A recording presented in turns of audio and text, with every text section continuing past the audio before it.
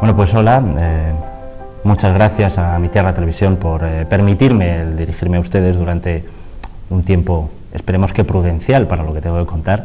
La verdad es que me gustaría hablar un poco de cine y sobre todo de cine español y de uno de esos tópicos que existen respecto al cine español, como es el de la famosa o ventilada crisis, ¿no?, del cine español. La verdad es que con el cine ocurre algo muy semejante a lo que ha ocurrido con el teatro o con cualquiera de las, lo que podríamos llamar las artes de representación en nuestro país, ¿no? Y es que casi desde que tenemos noticia de que existe, estamos hablando de la crisis. Sí es verdad que en los últimos años o en las últimas décadas el asunto de la crisis del cine español se ha vuelto algo mucho más acuciante, quizá porque los medios de comunicación se preocupan más de ventilarlo, quizá porque los profesionales del cine español trascienden lo que es el ámbito de del propio ejercicio de sus profesiones, como actores o como directores, y se implican a lo mejor más en el debate ideológico y lo intentan circunscribir o relacionar con esto que llamamos la crisis del cine español. La verdad es que, insisto, que el término crisis es ya muy antiguo relacionado con el cine. Si nosotros tuviéramos que poner un poco unamunianos, deberíamos hablar que en lugar de crisis, de agonía, ¿no? Y decir que la agonía, al fin y al cabo, no es solo el momento preliminar a un suceso funesto, a una defunción, sino que también de alguna manera implica renovación o implica lucha, ¿no?, o pugna por salir adelante. Y la verdad es que el cine español sí es cierto que ha estado luchando por salir adelante desde su origen, ¿no?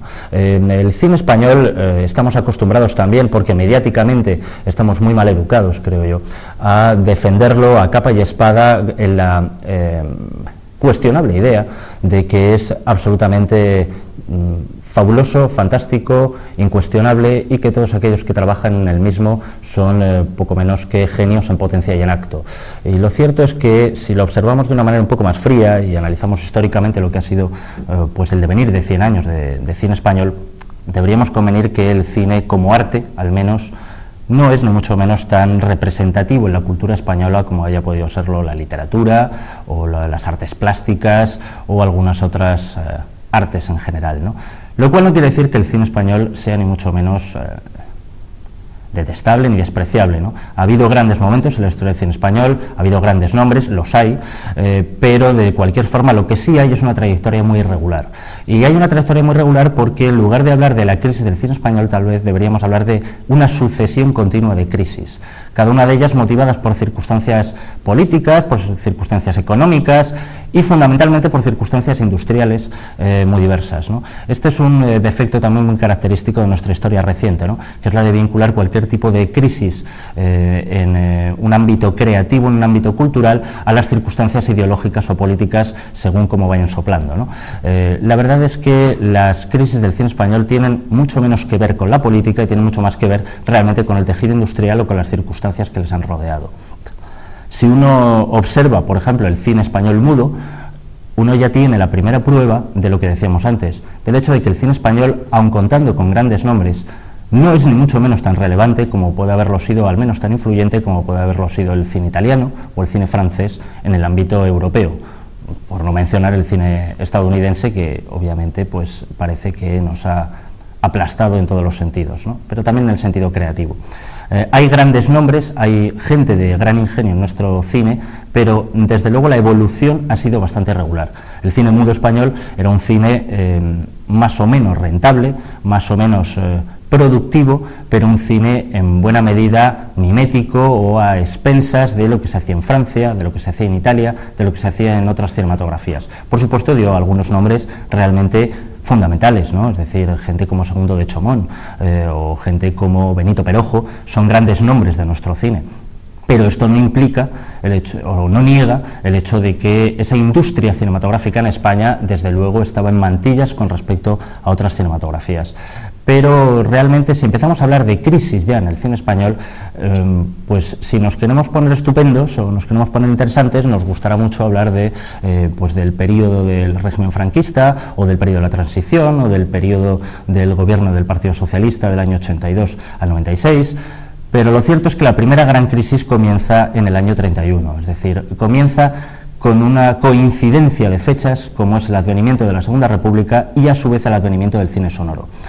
Hoy en día incluso todavía los historiadores del cine en España no se ponen muy de acuerdo al respecto. Yo soy modestamente un poco de la opinión de que los historiadores del cine generalmente tienen mucho más de cinematográficos que de historiadores.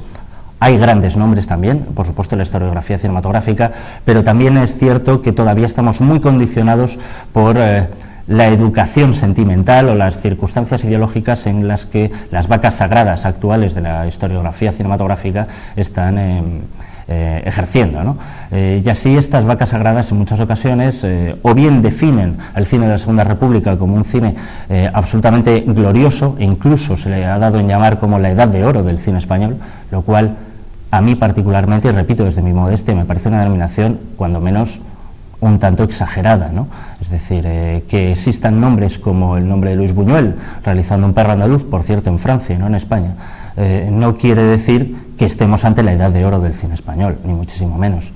También está el nombre de Sáenz de Heredia, por ejemplo, en los años 30, y tampoco hablamos mucho de él, y sin embargo es uno de los grandes cineastas de nuestra historia, ¿no? Pero, tal vez por razones ideológicas y por lo que fue su devenir político posterior, resulta menos interesante para los grandes medios de comunicación. Lo cierto es que en el año 31 llega la Segunda República, en el año 31 también comienza el cine sonoro. Y aquí es donde tenemos el primer gran problema del cine español, la primera gran crisis. Tal vez, si nos tuviéramos que fijar en un origen de la crisis del cine español, está ahí. Está en el momento en el cual el cine ya no es exportable a cualquier país simplemente cambiando unos letreros, sino que el cine tiene que estar hablado en el idioma original, en el idioma materno de aquellos que van a escucharlo, ¿no? Ahí es donde el cine español pierde ya posibilidades, y además los pierde frente fundamentalmente a un cine americano que no se para en barras, que no se, y nunca mejor dicho, por las barras y estrellas tal vez, ¿no? Que no tiene inconveniente en exportarse a cualquier parte y en ser doblado a cualquier idioma. Aquí, ya digo, podríamos hablar de la primera crisis. Los optimistas a los que les gusta hablar de la edad de oro del cine español referida a la Segunda República manifiestan que existía una gran industria que queda destruida por la llegada del advenimiento de la Guerra Civil Española. Yo no soy de esa opinión. Yo creo que lo que hay es un esfuerzo por crear una industria muy difícil de lograr. ¿Por qué? Porque no existen patentes de cine sonoro con la misma fidelidad, con la misma calidad que las que se están encontrando en países como Alemania y como los Estados Unidos, porque Estados Unidos ya ha emprendido una labor de proselitismo y de producción de sus propias películas en Latinoamérica, que era el mercado que nos podía haber quedado a los creadores de cine español, y porque en general, como digo, la industria tiene una trayectoria bastante irregular. La mejor prueba es que los historiadores, como digo, no se ponen de acuerdo. Hay quien manifiesta, como digo, con bastante optimismo, que es el mejor periodo y, sin embargo, la producción no crece muy significativamente, y hay quienes también, de una manera tal vez exagerada, manifiestan que es el peor periodo porque no se producen más de 4 o 5 películas al año. Sí se producen más, pero también es verdad que se producen coproduciendo con otros países europeos. Aquí tenemos la primera crisis. No es la única, desde luego. Ahí tenemos otras crisis como la que se produce posteriormente o casi durante el transcurso de la Guerra Civil de los años inmediatamente posteriores. Ahí es el momento en el cual se va a crear el doblaje. El doblaje se crea por razones bastante lógicas pero por otra parte con consecuencias bastante nefastas. España en los años 40 es un país aislado económica y políticamente. España es un país que se intenta defender de una manera autárquica y para defenderse de esta forma autárquica intenta potenciar desde lo que es la administración todo lo que puede entenderse como identidad hispana o identidad de la hispanidad cultural. Y así esa preocupación por mantener la pureza del idioma, esa preocupación por mantener esas prerrogativas culturales, llevan a crear el doblaje. El doblaje es algo que hemos aceptado en España y han transcurrido las generaciones, ha sido muy cómodo para los espectadores, pero ha tenido industrialmente unos efectos bastante negativos. Países que no admitieron el doblaje realmente les han resultado bastante más solvente el negocio, ¿no? Pensemos en Francia o pensemos en Alemania, ¿no? Así que ahí podríamos hablar de la primera crisis. Importante, la crisis de la Segunda República, la llegada de las patentes, la imposibilidad de encontrar patentes realmente fiables, la imposibilidad de crear una industria durante los años 30 más o menos estable en unas circunstancias como fueran las circunstancias de la Segunda República, que gusten o no fueran circunstancias políticamente muy inestables y económicamente también. Las cifras de prosperidad económica en los años 20 de los años 30 en la economía española son radicalmente opuestas, diferentes o inversas, si queremos, ¿no? Es decir, la prosperidad de los años 20 en los años 30 se convierte casi en todo lo contrario, ¿no? En un estado depauperado. Un estado depauperado que con la llegada de la guerra civil y con la inmediata posguerra lo va a ser aún más. Y sin embargo, en los años 40 nos encontramos con que hay una reacción que tal vez no queremos ser muy optimistas, pero deberíamos considerar como más o menos positiva en lo relativo a la producción cinematográfica en España. En los años 40, el régimen franquista toma una serie de iniciativas, probablemente imitando las iniciativas que había tomado il Duce, había tomado Mussolini en los años 30, a principios de los años 30, en la Italia fascista, como es la creación de una escuela, lo que será el Instituto de Estudios Experimentales, de Estudios Cinematográficos Experimentales, que luego será a su vez de la Escuela Oficial de Cine. Como lo será también la creación de una revista, Primer Plano, que es casi una imitación del Cinema, que fue una de las grandes revistas de la teoría cinematográfica de los años 30 y 40, y como es la creación de otra serie de iniciativas, entre las cuales está el dar por primera vez ayudas tal vez podemos denominar a fondo perdido, en la mayoría de los casos es así, a la producción cinematográfica. Cuando nosotros pensamos que esto es una creación de las democracias, nos estamos equivocando y de largo. Es decir, ya existen ayudas a partir del año 41 por el 15% de los ingresos brutos que se consigan en taquillas para las películas españolas. Lo que ocurre es que, como es lógico, esas ayudas son más o menos arbitrarias. Es decir, se conceden a veces con bastante lógica y otras veces de manera bastante aleatoria, ¿no? Hay también la creación de unos la categoría de las películas de interés nacional que reciben una subvención especial. Y aquí a mí me parece también interesante reseñar cómo desde posiciones ideológicas completamente opuestas, muchos años después, y aunque sea en un contexto democrático, se van a producir actitudes muy semejantes. Cuando en el año 82 el Partido Socialista llegue a la presidencia de gobierno, cuando se cree la Dirección General de Cine, se ponga al frente a la directora Pilar Miró, una de las primeras normativas va a ser la de renovar el sistema de subvenciones y volver a dar ayudas poco menos que a fondo perdido. Y además crear una categoría, la categoría de especial calidad. En realidad, una categoría de especial calidad o una categoría de interés nacional solo se diferencian tal vez en el eco que puedan despertar esas palabras, ¿no? Un eco más ideológico en un sentido o en otro, pero viene a ser casi lo mismo. Viene a ser la confirmación de que a lo largo del cine español las crisis se han producido en buena medida porque hay una pugna bastante clara entre aquellos que desde la administración o desde la producción o la creación cinematográfica consideran que el cine es un medio para educar al pueblo y aquellos que consideran que el cine es un medio de evasión y de entretenimiento y que la educación puede venir por añadidura, ¿no? Si nosotros observamos la producción de los años 40, la producción que se realiza en productoras como Cifesa, en manos de la Falange o en general en todo lo que era aquel entorno de producción en esa década, nos vamos a encontrar con un cine que se realiza para educar al pueblo. Por supuesto da grandes películas, nadie puede dudar que una película como Locura de amor de Juan de Orduña es un gran melodrama histórico, Pero sí es verdad que a la larga ese tipo de práctica generalmente aparta a los espectadores del cine, porque el espectador generalmente no espera que le eduquen, espera que le entretengan.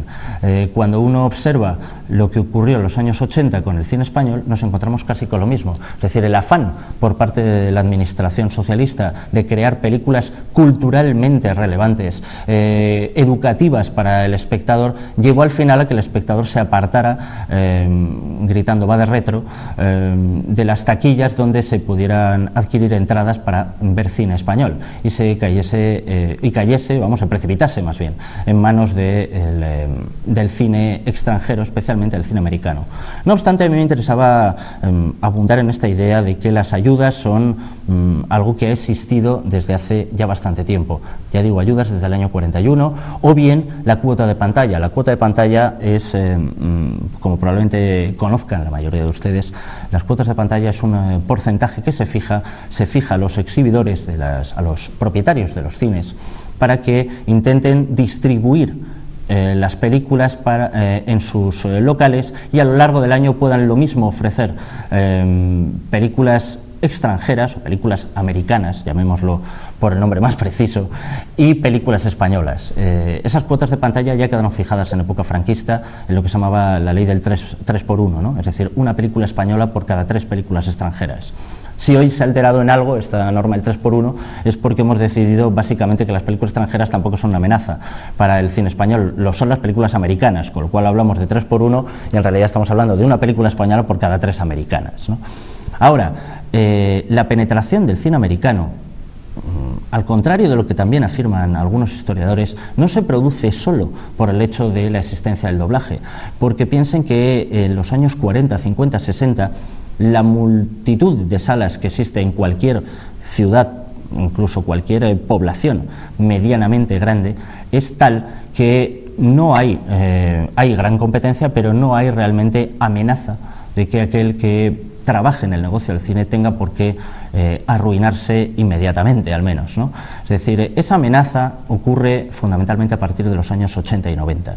¿Por qué? Porque a partir de los años 80 y 90 se empieza a mezclar con otras circunstancias. Se empieza a mezclar con el hecho, como digo, de que las salas de cine empiezan a cerrar, porque la oferta de ocio es mucho más variada. Se empieza a mezclar también con criterios políticos o criterios ideológicos, según los cuales hay una ley de ayudas, por supuesto, como ya digo que ha existido desde los años 40, hay una ley de ayudas que no resulta mucho más eficaz de lo que habían sido las anteriores, e incluso termina resultando más o menos,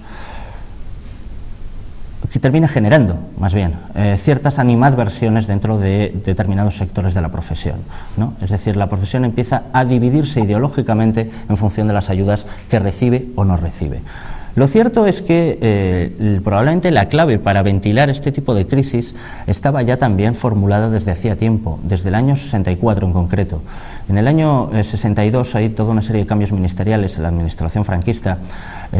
Uno de los hombres fundamentales de la historia del cine español, que es José María García Escudero, que estuvo varias veces al frente de la Dirección General de Cine, va nuevamente a acceder a dicha Dirección General y allí va a crear una serie de normas que se hacen públicas en el 64 y que incluyen cuestiones tan importantes como, por ejemplo, la redacción y publicación de un código de censura, que era algo que reclamaba la propia industria. Esto yo sé que puede resultar más o menos sorprendente para el espectador, ¿no? Es decir, que la propia industria desee ser censurada. Tenía su explicación. Existiendo una junta de censura, el mayor temor del cineasta no era ser censurado, sino no saber cómo iba a ser censurado. Por lo tanto, si existía un código de censura, era de alguna manera un compromiso por parte de la administración de que si se cumplía ese código, no habría ningún problema para exhibir la producción o para exhibir la película. De la misma manera que se crea el código de censura, se crea otro sistema de ayudas. Un sistema de ayudas que creo que dio bastante buen resultado. Es decir, las cifras están ahí. Entre el año 65 y el año 75 aproximadamente se producen del orden de 200 largometrajes al año. Se podría pensar que estas películas no las veía nadie, pero lo cierto es que luego uno observa las recaudaciones y, bueno, no están desde luego tan bollantes, ¿no? O tan abundantes numéricamente como crematísticamente como puedan ser las recaudaciones en taquilla del cine americano, pero encontramos grandes éxitos de taquilla. Entre el año 69 y el 75, solo en ese periodo de escasamente 6 años, se producen más de 1.800 largometrajes en España. Bien, hay una producción, como ven, bastante numerosa, hay unas normas que parece que daban buen resultado. ¿Por qué esto acaba? Esto acaba por 2 razones, fundamentalmente por 2. La primera de ellas, porque si hay alguien que resulta moroso, es precisamente la Administración del Estado. Así que la Administración del Estado, a partir del año 70, sigue prometiendo ayudas que luego no satisface. Y eso significa, a la larga, como digo, morosidad, planes de rodaje cancelados y precariedad respecto al futuro de las películas que estás haciendo.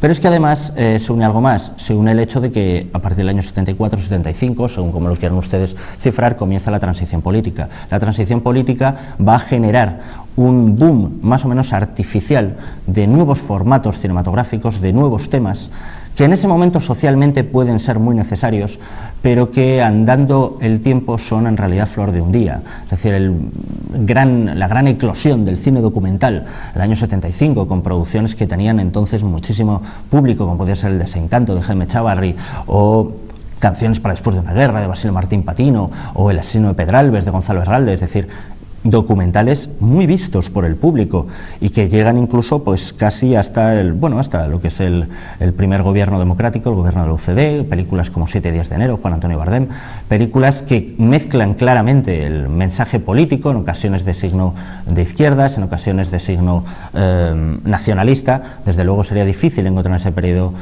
películas de signo más conservador, ¿no? Sería casi una ironía, por no decir que algo imposible, ¿no?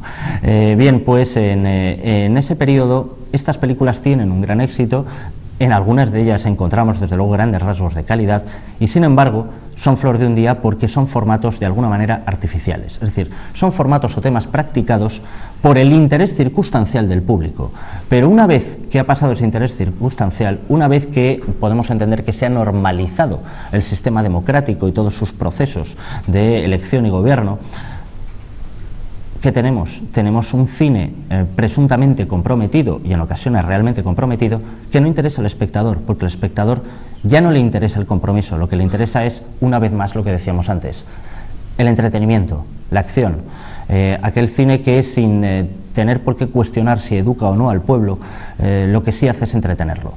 Esa es una de las causas también de la crisis y yo diría que tal vez una de las más profundas de la historia de nuestro cine. Una crisis que se va acumulando a lo largo de los años 80 y que tiene su punto más bajo entre el año 1989 y el año 1994. En ese periodo, más o menos la media de producción está en torno a 30 largometrajes al año. 30, en un país que entre el 69 y el 75, entre 1969 y 1975, estaba produciendo 200 que además se veían. Ahora hablamos de 30 o 25 largometrajes que además para más INRI han sido en muchas ocasiones cuantiosamente subvencionados y en la mayoría de los casos no son vistos. Estamos hablando de unas cuotas de pantalla absolutamente ridículas. No hablo ya de las cuotas de protección, sino que hablo del número de espectadores que eligen una película española cuando acuden a la sala. Hoy estamos hablando al fin y al cabo de 2007, ¿no? Hoy estamos estabilizados en una media en torno al 10%, el 12%, depende de los años. De cada 100 personas que van al cine, 10, 12 escogen una película española para ver. Bueno, entre el año 89 y el año 94 tenemos escalofriantes datos como el 1%, el 1,2%. Probablemente el 0,2 era aquel individuo que pagaba religiosamente, entraba y se iba a los 5 minutos. No lo sé, de todas formas. Es un dato bastante revelador de en qué punto de crisis o a qué punto de crisis real, financiera y de credibilidad habíamos llegado a finales de los 80 y principios de los 90. ¿Cómo se recupera esto? Porque hoy vivimos en la seguridad, al menos aparente, de que hemos recuperado el terreno, ¿no? Bueno, se recupera básicamente porque a partir del año 96 la mayoría de los directores que acceden a realizar su primer largometraje son jóvenes, son muy jóvenes, son gente que ha tenido la posibilidad de estudiar en escuelas de cine, algo que tuvieron algo que pudieron disfrutar, por ejemplo, los directores de los años 50 o 60, directores como Berlanga, directores como Manuel Summers, directores como Manuel Gutiérrez Aragón, pero que no tuvieron la oportunidad los directores de los años 70 y 80. ¿Por qué? Porque una vez terminado el franquismo, una vez terminado el régimen franquista, se acabó con todo tipo de sistemas de formación o de capacitación que pudieran estar vinculados al franquismo. Ya digo que la ideología generalmente en España, por desgracia, arrasa con todo, ¿no? Y ya no nos metemos ni siquiera en cuestionar cuándo es buena y cuándo es mala, pero lo cierto es que arrasa con todo.